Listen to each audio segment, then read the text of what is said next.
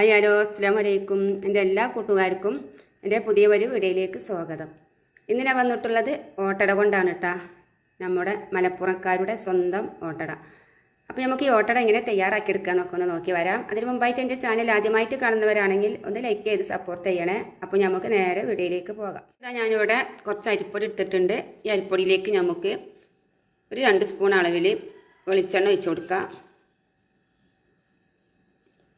പാകത്തിന് ഉപ്പിട്ട് കൊടുക്കാം. അതിനുശേഷം നമുക്ക് വെള്ളം ഒഴിച്ചിട്ട് നല്ലോണം ഒന്ന് കുഴച്ചെടുത്ത് വരാം. അങ്ങനെ ഇതാ എല്ലാം കൂടെ ഞാൻ നല്ലോണം ഇവിടെ കുഴച്ചെടുത്തിട്ടുണ്ട്. ഇതേപോലെയാണ് നമുക്കിത് കുഴച്ച് കിട്ടേണ്ടത്. ഇത് നല്ല സോഫ്റ്റ് ആയിട്ടുണ്ട്. ഇപ്പോൾ നമുക്കിതിലേക്ക് ആവശ്യത്തിന് വെള്ളം ഒഴിച്ചിട്ട് ഓട്ടടൻ്റെ പാകത്തിന് കലക്കിയെടുക്കാം. ഓട്ടടൻ്റെ മാവ് റെഡി ആയിട്ടുണ്ട്. ഇതേപോലെയാണ് നമുക്ക് നമ്മുടെ മാവ് കിട്ടേണ്ടത്. ഇതിൽ വെള്ളം കൂടാനും പാടില്ല, വെള്ളം കുറയാനും പാടില്ല. ഇനി നമുക്ക് ഓട്ടട ചുട്ടെടുക്കാം.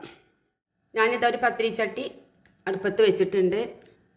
സ്റ്റൗമ വെച്ചിട്ട് ഓട്ടട ചുടുമ്പോൾ ചെറിയ അടുപ്പിൽ വെച്ചിട്ട് വേണം ചുടാൻ. നമുക്ക് 3 അടുപ്പുണ്ടാവുമല്ലോ, ഇതുപോലത്തെ 3 അടുപ്പ്. അതിൽ നടുക്കുള്ള ചെറിയ അടുപ്പിലിട്ടിട്ട് ചെറിയ തീയിലിട്ടിട്ട് വേണം ഓട്ടട ചുട്ടെടുക്കാൻ. അപ്പോൾ ചട്ടി ഇപ്പോൾ ഇവിടെ നല്ലോണം ചൂടായിട്ടുണ്ട്. അപ്പോൾ നമുക്കിതിലേക്ക് മാവ് ഒഴിച്ച് കൊടുക്കാം.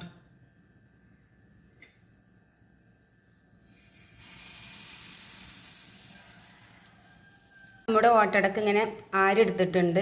ഇതിന് ഞങ്ങളിവിടെയൊക്കെ പറയൽ ആരെടുക്കുക എന്നാണ്. ഇനി നമുക്കിതൊന്ന് അടച്ചു വെക്കാം. അങ്ങനെ തന്നെ നമ്മുടെ ഓട്ടട ഇവിടെ ആയിട്ടുണ്ട്. ഇനി നമുക്കിത് ചട്ടിയിൽ നിന്ന് എടുത്ത് മാറ്റാം.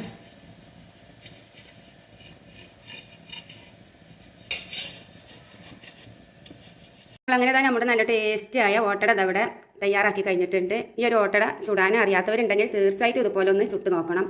വളരെ സിമ്പിളായിട്ട് കുറഞ്ഞ ചെലവിൽ നമുക്ക് ചുട്ടെടുക്കാൻ പറ്റിയ നല്ലൊരു അടിപൊളി ഓട്ടടയാണിത്.